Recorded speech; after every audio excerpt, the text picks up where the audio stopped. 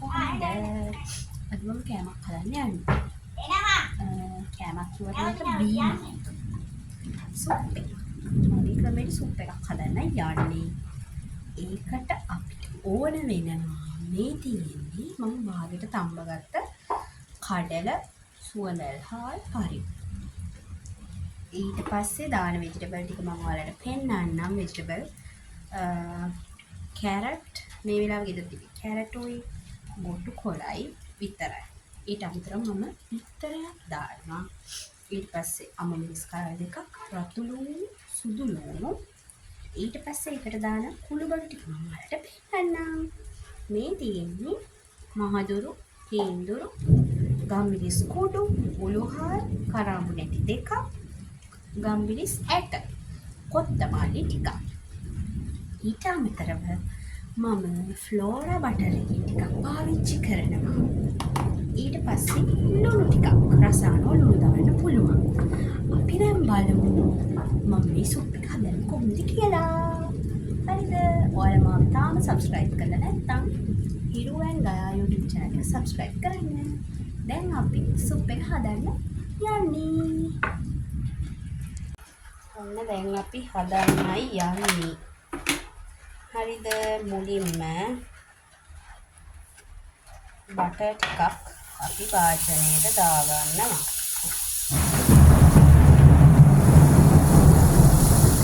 හරිද? අඩු ගින්දරේ තමයි මේක තියාගන්නේ. ඊට පස්සේ බටර් ටික දිය වේගන එනකන් තියාගන්න ඕනේ.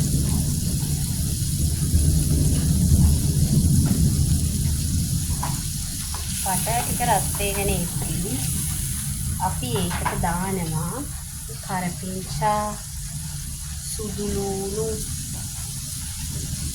රතු ලුණු ටික. හරිද ළමයි?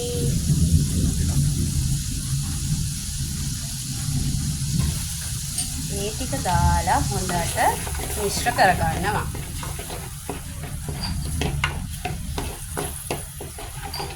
එතකොට හොඳ සුවඳක් එනවා.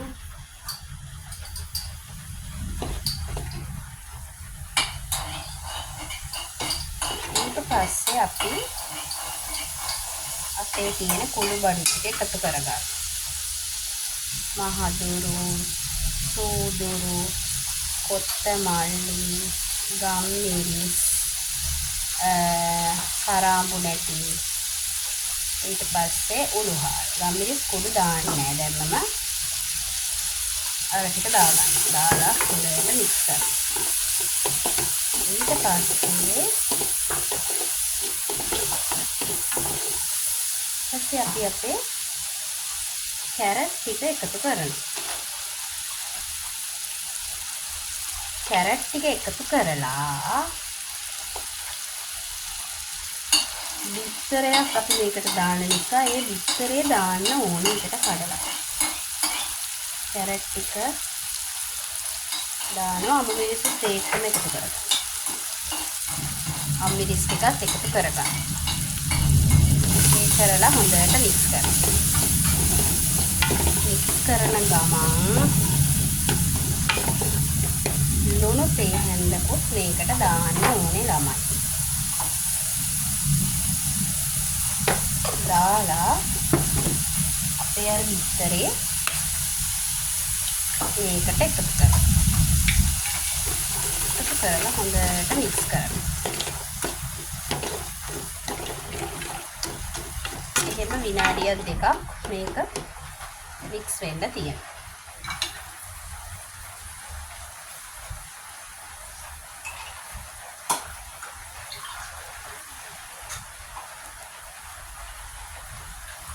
ඊට පස්සේ විනාඩි දෙකක් විතර මේක මික්ස් වුණාට පස්සේ අපි මේකට වතුර අඬු කෝප්පයක් දානවා. හොඳට මික්ස් කරන ගමන් වතුර අඬු කෝප්පයක් මේකට දානවා. හරිද? එහෙම දාලා අපි මේක වහලා තියෙනවා විනාඩි දෙකක්. ඊට පස්සේ අපි බලමු මොකද කරන්න කියලා.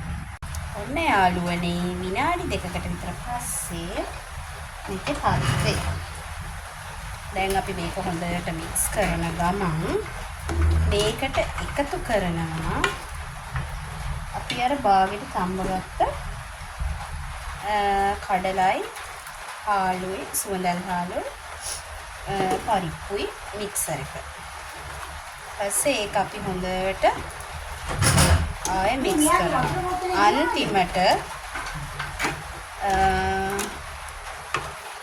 අපිට අවසානයේ එකතු කරන්න තියෙන්නේ අපේ ගොටුකොළ ටික.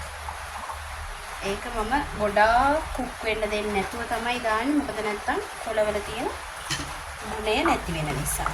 ඊට පස්සේ එහෙම එකතු කරලා අපි ඒකට තව වතුර කප් එකක් එකතු කරනවා. ඊට පස්සේ අපි මේකට තව රස අණු ලුණු තේ හැන්දා